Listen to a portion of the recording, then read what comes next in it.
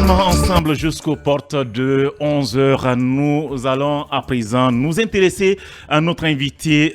Mais avant, j'ai ce message à vous lire.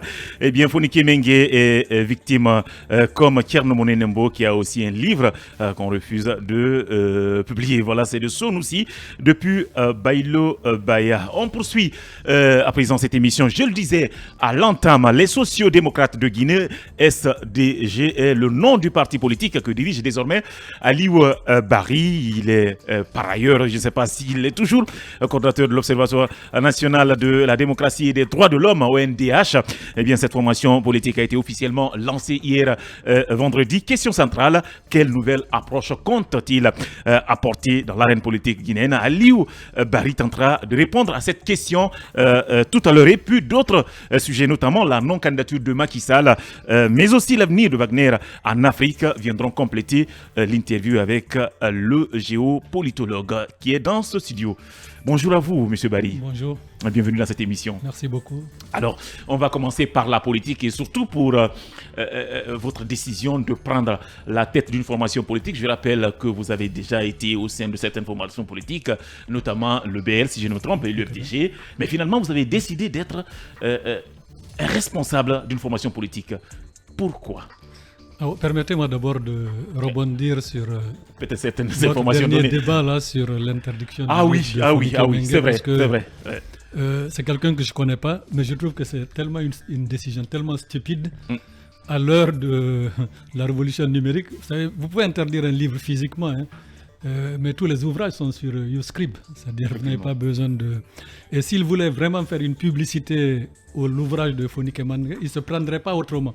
Ouais. Parce que moi, peut-être que je n'allais pas le lire. Ouais. Mais là, aujourd'hui, je vais le lire, parce que je ne trouve pas normal qu'on interdise un livre. Ouais. Maintenant, pour répondre à votre question, vous avez oublié de dire si vous étiez là en 2009. En 2009, je me suis porté candidat indépendant aux élections présidentielles. Mais à l'époque, la constitution guinéenne l'avait refusé, la candidature indépendante. Donc, ces ambitions de servir le pays par la voie politique ne datent pas de mon entrée en politique.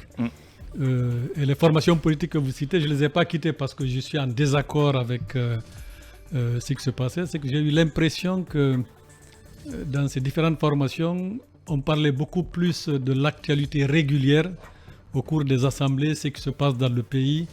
Et il n'y avait pas un projet politique. Par exemple, au BL, j'avais proposé la mise en place que le parti s'adosse sur un cercle de réflexion. Et malheureusement, dans ce pays, les partis politiques se résument suffisamment. Ce n'est pas une critique, c'est une simple observation. On se limite beaucoup plus à suivre l'actualité, à commenter l'actualité et à faire des assemblées hebdomadaires. Alors que ma vision en tant que politologue de la politique, c'est de partir de l'analyse et de proposer un projet. C'est-à-dire qu'il est temps que dans ce pays, les partis politiques proposent, mettent sur la table qu'est-ce qu'ils vont faire du pays s'ils arrivent aux responsabilités, notamment dans le domaine de l'éducation, de la santé, des infrastructures. Parce que si vous prenez l'exemple du RPG, si vous vous souvenez, quand M. Alpha Condé est arrivé au pouvoir, et ça, ce n'est pas lui seul, il a mis du temps même à nommer un Premier ministre. C'est-à-dire, comment on peut expliquer que dans une formation politique, on ne peut pas identifier dès le départ celui, quand on va arriver aux responsabilités, celui qui va être ministre de l'économie, celui qui va être Premier ministre, celui qui va être ministre de l'agriculture, parce que dans le parti lui-même, tout le monde fait tout. Alors que nous, on a décidé aujourd'hui de faire absolument autrement. C'est parce que je ne suis pas seul, hein. C'est-à-dire ce projet politique est né. Parce que vous avez oublié de le souligner, depuis 2 ans, on a mis en place le centre d'analyse et d'études stratégiques. Pendant 2 ans, on a fait une analyse sur la situation politique de la Guinée et on s'est dit, qu'est-ce qui ne va pas? Ça, tout le monde le sait. Vous interrogez aujourd'hui tout Guinéen, il vous dira ce qui ne va pas dans le pays. Mais le plus difficile, qu'est-ce qu'il faut faire? Qu'est-ce qu'il faut faire? On est prêt de notre vie. Donc on s'est dit, maintenant, on fait une formation politique, mais dans les mois à venir, on va mettre sur la place publique un vrai projet pour dire voilà ce que nous on va faire de la Guinée dans le domaine éducation, santé, infrastructure, etc. Justement, on ne va plus dire M. Bari, mais M. le Président maintenant, parce qu'il a la tête d'une formation politique. Titres, D'accord. Alors justement, on va y aller. Vous avez parlé de projet de société, de projet politique, d'accord? Parlez-nous de votre projet. Quelle est la touche que vous allez apporter qui sera différente de la touche des partis existants sur place? Quelle est la particularité du programme, du projet des sociaux-démocrates de Guinée? Alors, très bonne question. On est en train de rédiger le programme, mais je vais tout de suite vous dire les grandes lignes. Si vous lisez, vous prenez le parti, notre devise, c'est éducation, justice, prospérité. On va mettre en place, pour montrer qu'on va faire la politique autrement, on va mettre en place un démembrement du parti, des sections de fédération, comme tout parti classique. Mais nos sections, par exemple, seront des sections d'éducation citoyenne. C'est-à-dire qu'on n'attendra pas une assemblée pour informer les militants. Je prends un exemple très simple. On est en train d'installer, par exemple, une section à Kaporo. Cette section, on est en train de rédiger des kits de formation. Kits de formation à l'éducation citoyenne. C'est-à-dire pour expliquer à un jeune Guinéen quels sont ses droits, quels sont ses devoirs. On va mettre un kit de formation sur l'éducation culturelle. Pour dire par exemple un exemple très simple, après la colonisation française, on est aujourd'hui à bien observer sur ce qui se passe dans toutes les régions, dans tous les pays de la sous-région qui sont d'obédience musulmane. On est presque aujourd'hui vers une colonisation arabe. C'est-à-dire qu'on a délaissé nos traditions même culturelles pour aller vers la tradition arabe. Alors qu'on est musulman, mais on n'est pas arabe. Donc on va expliquer aux gens que la culture et la tradition africaine, notamment Peul Malinké, Gerzek ici, c'est quelque chose de fondamental. On va aller vers l'éducation alimentaire. C'est facile de dire par exemple aux gens, produisez. Mais si les gens mangent importé, ça ne sert à rien. On va expliquer par exemple dans ces kits comment le manioc est utile et comment on peut le manger de plusieurs façons. Comment le foni, on peut le manger de plusieurs façons. Et on est en train, par exemple, de tisser un partenariat sur ces projets-là, pour être concret, sur, par exemple, le retour à l'emploi, la création d'emplois. Notre objectif, par exemple, c'est de sensibiliser les jeunes Guinéens pour leur dire, mais n'allez pas vers les ONG. On ne développe pas un pays par une ONG. On développe un pays par l'entrepreneuriat. Donc, quand on dit ça, ça va être de la théorie. On est en train de faire un partenariat avec des jeunes Guinéens qui ont créé des entreprises agro-industrielles. Bien. À Kindia, à Forêt-Caria, pour qu'ils viennent expliquer dans ces centres d'éducation citoyenne de nos sections, qu'est-ce qu'il faut, comment eux ils ont fait pour créer leur entreprise. Parce que je vais vous dire une chose, si vous prenez tous les pays francophones, parce que c'est propre aux pays francophones, c'est en Guinée seulement, vous allez voir un étudiant qui sort de l'université avec un très bon diplôme et au final, il crée une ONG de sensibilisation à Ebola ou au Covid, mais vous ne pouvez pas développer. Vous allez dans les pays anglo-saxons, dès pratiquement le primaire, on pousse les jeunes à l'entrepreneuriat. Donc c'est ce qu'on veut faire concrètement. Bien, en tout cas, un projet intéressant avec nous dans cette émission, comme vous l'avez compris, c'est M. Aliou Barry. Il est désormais le président du parti Les Sociaux-Démocrates. Avec lui, nous abordons les questions liées à sa formation politique, mais aussi à d'autres sujets d'actualité. On va parler de la transition, mais aussi des sujets liés au continent, au Sénégal, mais aussi au Mali. Alors allez-y, Assatou Lamarana. Voilà, donc concrètement, parce que nous savons qu'il y a assez de partis politiques et comment vous allez fédérer les gens vraiment à adhérer à votre parti. Je le dis pourquoi? Parce que nous voyons ici, il y a beaucoup de partis politiques en République de Guinée. Quand on vient de les créer, les leaders, en tout cas, sont là, ils donnent de l'espoir. Et là, nous voyons ici que la population vraiment est au désespoir. Mais vous, comment vous allez fédérer cette population afin que vraiment qu'elle adhère à ce que vous dites et surtout qu'elle ait confiance à votre parti politique? Pour rajouter, la plupart des partis politiques nouvellement créés s'appuient aussi sur l'ethnie. Justement. Ouais, pour se faire voilà. Parce que tout le monde se base à l'ethnie, ce sont les mêmes discours, mais vous vraiment, c'est quoi la particularité également. La particularité, il a déjà souligné, mais je ne suis pas satisfaite d'abord. Alors, c'est simple cette question. D'accord. Voilà. C'est l'action citoyenne qui a été développée. Alors que le projet de société, nous attendons de pied ferme, monsieur le Président. Bien, rapidement, allez-y. Je comprends votre précipitation. Le parti est né au mois d'avril. Ah ben ouais. Donc on est en train de rédiger sur tous ces domaines-là. D'accord. Nous, on ne s'adresse pas à la population. Parce que c'est un mot trop vague. J'ai eu la chance dans ce pays d'avoir mis en place l'Observatoire des droits de l'homme où pendant des années, j'avais mis un plan d'action sur les droits de l'homme sur 5 ans. Malheureusement, M. Alpha Condé, sa première décision, ça a été de supprimer l'observatoire. Après, on a fait l'année. Donc, je peux prétendre que je connais plus ou moins les mots dont souffre ce pays. Mais on ne cherche pas, nous, à être... Donc, on est en train de scinder. C'est pourquoi j'ai dit hier, notre mot, notre leitmotiv, c'est éducation. Parce qu'un peuple qui n'est pas éduqué, une jeunesse qui n'est pas éduquée, vous ne pouvez rien tirer dessus. Donc, qu'est-ce qu'on va faire? On va prendre par étapes de quoi souffrent les jeunes. Parce que c'est les jeunes. Par exemple, sur le parti, ça a été clair, je ne ferai pas 2 mandats. Moi, je prends un mandat de 5 ans. Ah oui, vous Ça, n'allez c'est pas être clair. un président Ça, éternel c'est- comme Ça, le c'est connaît. clair. Ah Ça, bien, c'est- vous l'avez on dit, a fait des il y réunions a la VAR. Hein. dans le bureau, on a expliqué qu'il est hors de question D'accord. que je m'éternise à la tête du parti. Il y a Donc pas de ça, c'est souci. déjà clair. Parce que Bien. si vous voulez, en fait, montrer... C'est pourquoi j'avais toujours reproché, par exemple, à M. Alpha Condé, vous ne pouvez pas être démocrate, arriver au pouvoir, si vous n'avez pas été démocrate dans sein votre de- propre parti. Ouais. Donc, pour éviter ça, nous-mêmes, il faut qu'on donne l'exemple. D'accord. Mais sur le projet, par exemple, on va, par exemple, je prends sur le domaine santé. On est en train de travailler avec des médecins. Mais l'idée générale, c'est de dire il faut qu'on passe du système curatif vers un système de prévention. Je m'explique. En Guinée, généralement, on attend d'être malade pour aller à l'hôpital. Ouais.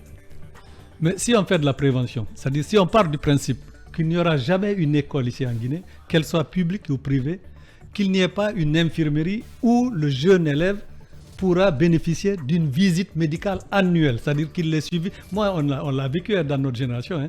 On allait chaque année à l'hôpital pour voir des visites ophtalmo et ainsi de suite.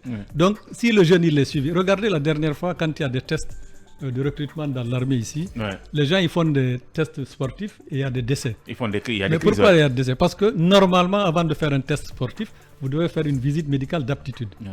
Donc sur la santé, on va proposer un système qui privilégie plus la prévention.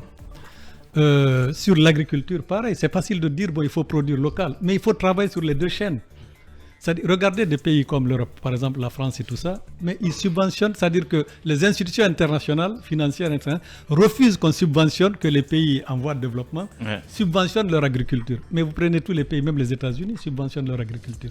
Donc il faudra, en fait, dans notre projet, on va plus pousser les gens à l'entrepreneuriat, maintenant, quel que soit le domaine. Là, par exemple, depuis une semaine, on est en train de rechercher une dame qu'on a appris, c'est une jeune fille en Guinée, Ouais. qui a créé un téléphone portable.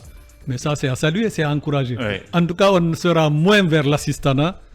Tous ceux qui veulent venir au parti dans l'espoir de développer de l'assistanat, de l'humanitaire, des ONG, on n'est pas intéressé. Bien, voilà, allez-y, Yulé. Ah. Voilà, et M. Barry, on vous a connu dans ce pays comme étant un défenseur des droits de l'homme qui a fait des miracles. Il y a beaucoup de Guinéens qui, dans un secteur, produisent des miracles comme ça, mais quand il vient en politique, Ouais. il devient, excusez-moi du terme... Il change complètement. Il change complètement, c'est Merci sûr. beaucoup. Et comment M. Barry va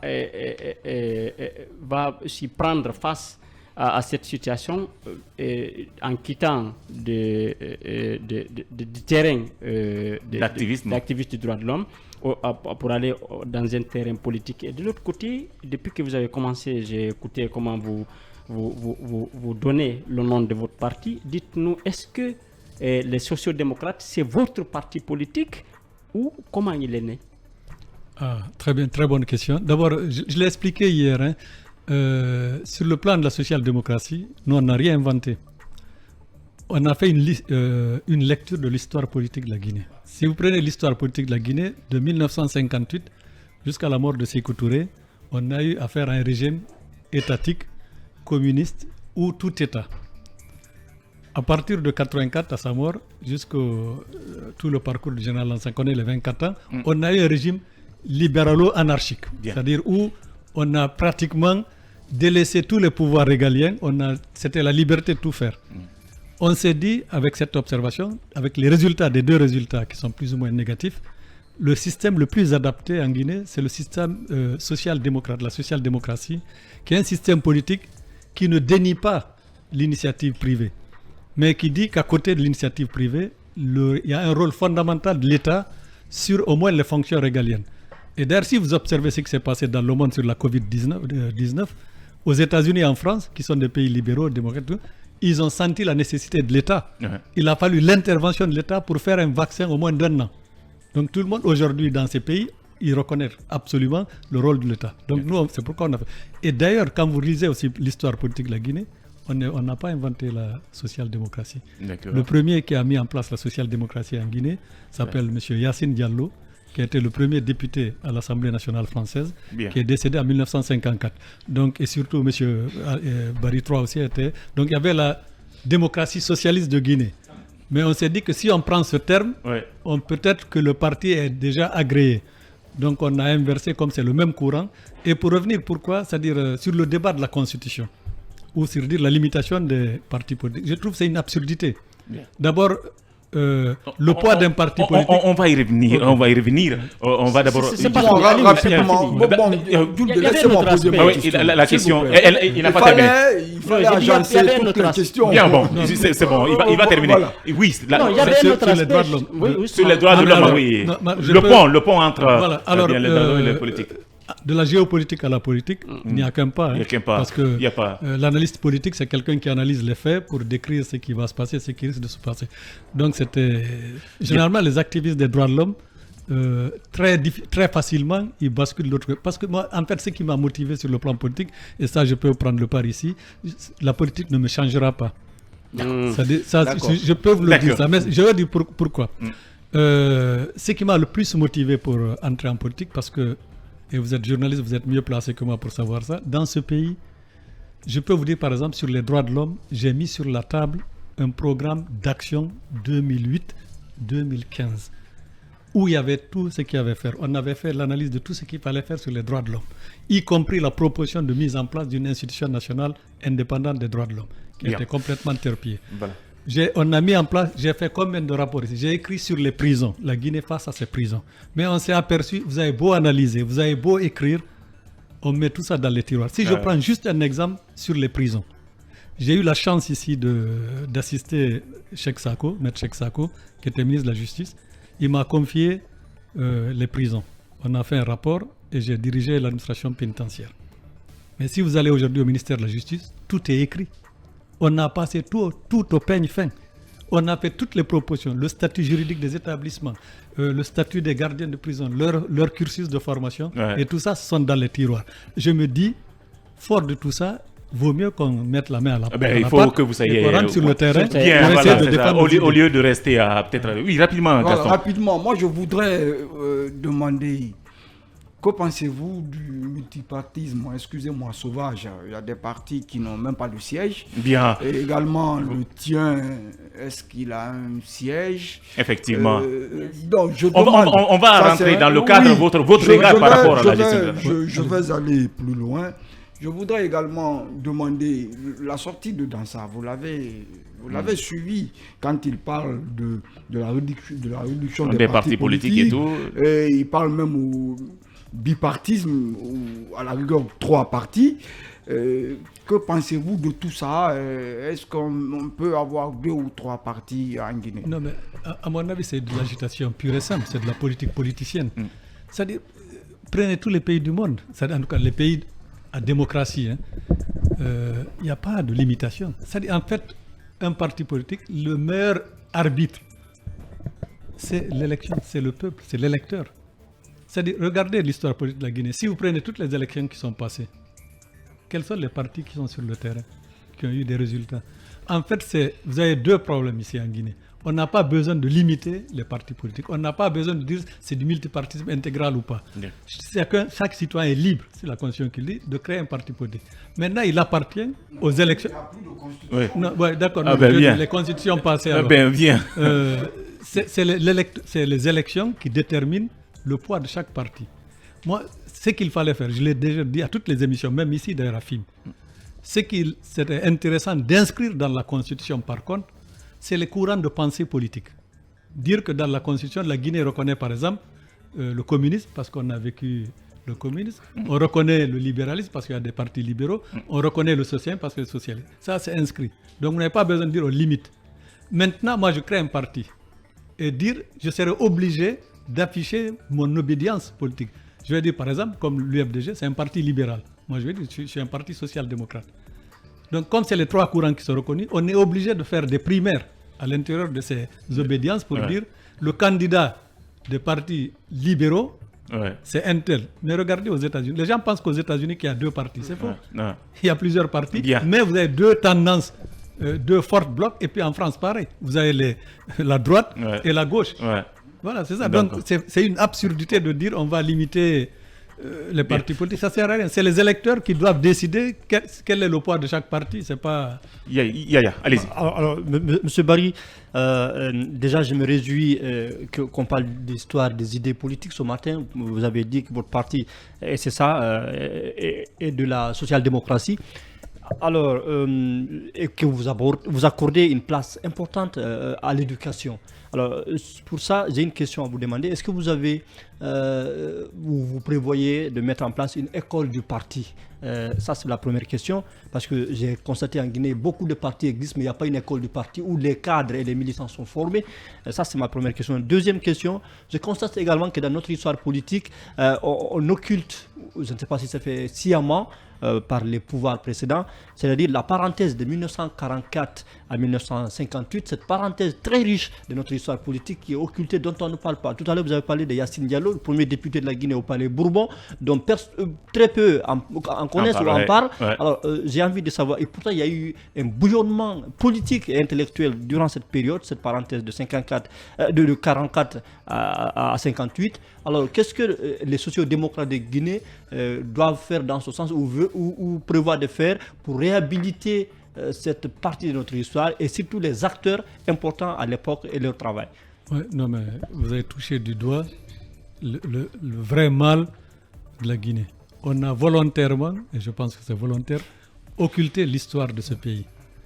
Et on fait l'histoire qu'on veut. Mais ça, ce n'est pas la faute de ceux qui sont là. C'est pourquoi nous, on a dit éducation. Et dans l'éducation, on a aussi ce kit-là sur l'histoire politique de ce pays. Très bien.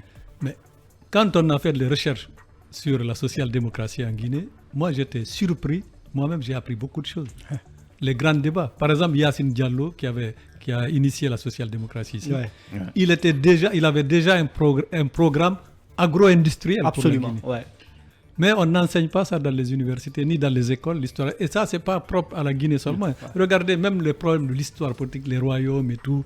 Je donne un exemple. On est aussi à côté d'un grand stade, le stade Lansana Conté. Par démagogie, je suis sûr que ce n'est pas Lansana Conté qui a demandé qu'on donne son nom à ce stade. Mais on lui donne un nom de stade, alors qu'on pouvait lui donner le nom d'un camp militaire. Mais ici, vous avez Chérif Souleymane, qui a été le premier ballon d'or. On pouvait lui donner le nom de ça. On a l'université qui s'appelle Général Lansana Conté. On a eu des grands écrivains comme Kamara Lai. On a récemment le professeur Lansine Kaba qui est décédé. Donc, si on ne s'approprie pas notre propre histoire, c'est pourquoi d'ailleurs que les pays d'Afrique, notamment francophones, on est en retard. Parce que les Occidentaux savent bien, mais regardez, allez dans les écoles, même dans les universités, prenez le programme d'enseignement. Il n'y a aucune place sur l'histoire même du pays, c'est-à-dire les grands empires et tout. Peut-être on les évoque. Mais là, alors pour revenir, par exemple, le centre d'analyse que je dirige actuellement va être complètement collé au parti. Très bien.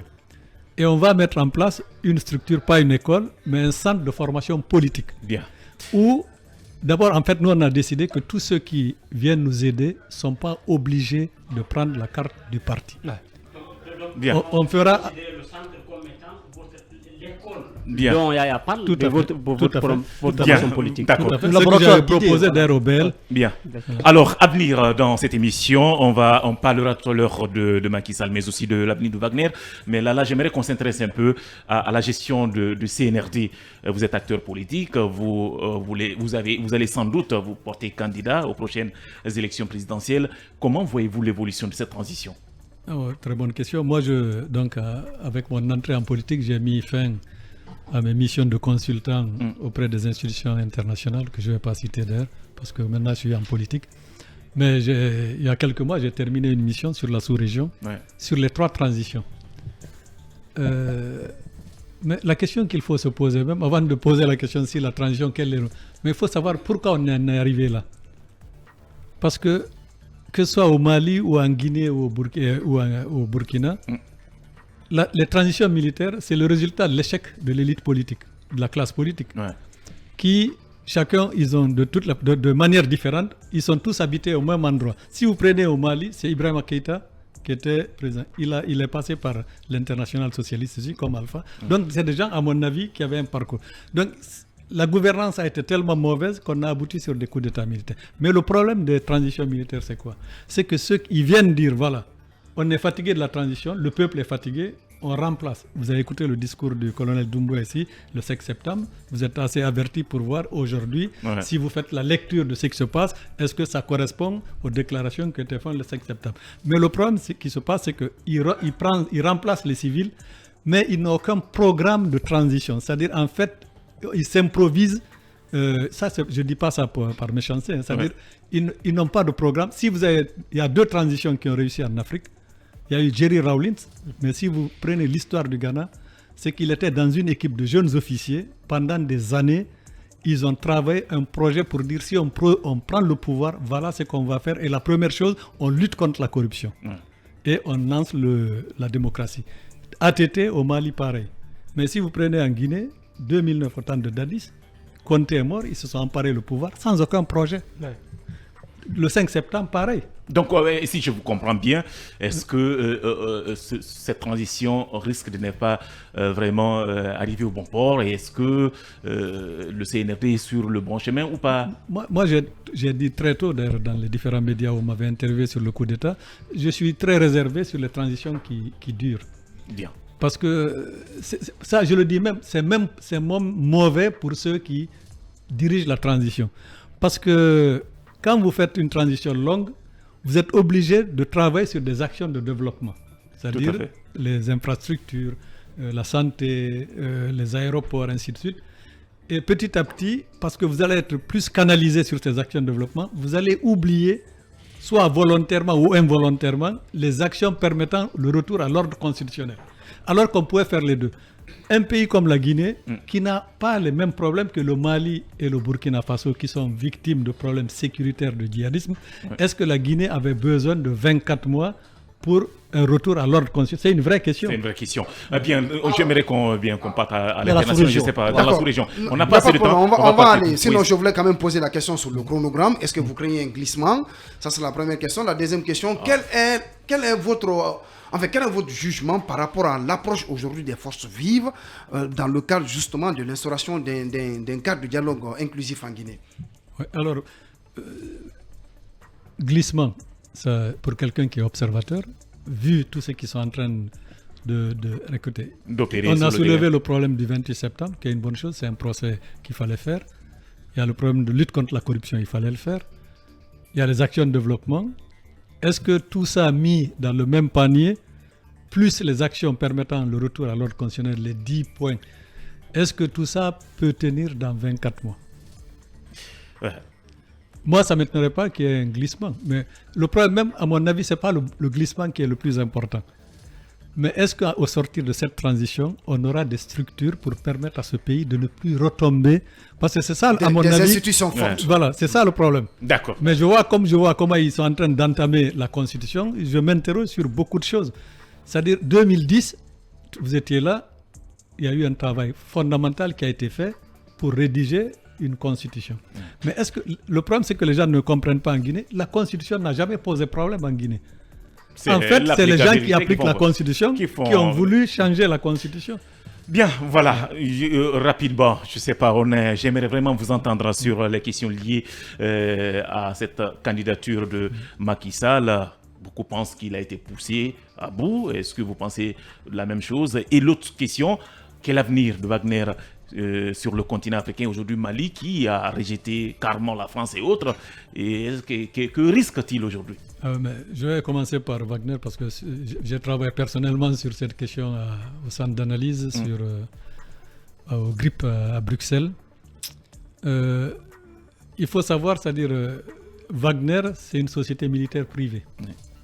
Mais ce n'est pas quelque chose de nouveau. La première société militaire privée, c'est Blackwater des États-Unis, qui a été créée par les néoconservateurs américains qui ont fait vraiment un vrai carnage en Irak. Et les sociétés militaires privées sont nées après la chute du mur de Berlin en 1989, parce que pratiquement des indépendances des pays d'Afrique jusqu'en 1989, si vous vous souvenez, on parlait de mercenariat. Et le mercenaire, c'est quoi? C'est-à-dire un État ou une rébellion à l'époque j'avais suivi le conflit au Libérie, en Sierra Leone, il y avait Executive Outcome, c'est-à-dire c'était une société des mercenaires sud-africains qui étaient là pour surveiller les zones de diamants. Bien. À partir de la chute du mur de Berlin, les États, les puissances occidentales, parce qu'il ne faut pas croire seulement que c'est la Russie seulement qui a Wagner. Effectivement. Les Américains ont créé parce que pour défendre par exemple les entreprises multinationales privées, les armées normales ne voulant pas y assurer la sécurité, ils ont mis en place des sociétés militaires privées. Alors Wagner a émergé réellement, on a commencé à entendre parler de Wagner en 2014 en Crimée. Ouais. Ils sont forts de 2000 hommes. Il faut savoir que Wagner a 3 missions principales. C'est ce que les gens ne disent pas. C'est la sécurisation, bien sûr. C'est l'exploitation minière. Et c'est les échanges, la protection des États. Alors, ils sont présents dans une douzaine de pays. Mais leur point fort en Afrique, ça a été d'abord la Libye. Les gens l'oublient. Pour soutenir le général Haftar, qui lui-même a fait sa formation militaire en Union soviétique, s'est exilé aux États-Unis. Et il a le soutien aujourd'hui de la Russie, de la France et des États-Unis. Je pense que parler de Wagner, on en fera un autre numéro. Aujourd'hui, avec la difficulté que le patron a, est-ce qu'on peut dire que son avenir est incertain? Son avenir est incertain, parlons. Oui, c'est important. Vous avez écouté Poutine. Oui. C'est pas parce qu'il y a eu Wagner a des problèmes en Russie qu'il y aura des répercussions en Afrique. Sur le continent. Je pense pas, parce que si vous prenez la Centrafrique, ils sécurisent la présidence de la République. Ils sont dans les minerais. Ils sont au Soudan. Ils travaillent beaucoup sur l'or. Au Mali, ils travaillent contre le terrorisme et ils sécurisent aussi le. Donc, en fait, même si le patron sautait, Poutine pourrait trouver quelqu'un pour le remplacer. Wagner est soutenu. Vous avez dit l'autre jour, Poutine l'a dit. Ils ont mis jusqu'à 1 milliard. En fait, Wagner, c'est le bras armé de la politique russe, notamment en Afrique. Ça, malheureusement. Un mot sur le Macky Sall. Malheureusement, je ne sais pas. Moi, personnellement, je faisais partie des gens qui ont toujours pensé qu'ils n'allaient pas faire un troisième mandat. Je n'avais aucune source ou aucune confidence. Mais je pense je me suis dit, c'est quelqu'un quand même qui est un peu réfléchi. Vu le chaos que ça allait produire pour le Sénégal et vu ce qui se passe dans la sous-région, je pense qu'il n'avait aucun intérêt d'aller à un troisième mandat. Merci infiniment à vous, Monsieur Aliou Barry, d'être passé dans cette émission. Et merci à nos chroniqueurs du jour. Merci également aux réalisateurs Khalil Kamara, Mamadou Touré et Ali Kourouma. On se donne rendez-vous la semaine prochaine. Au revoir.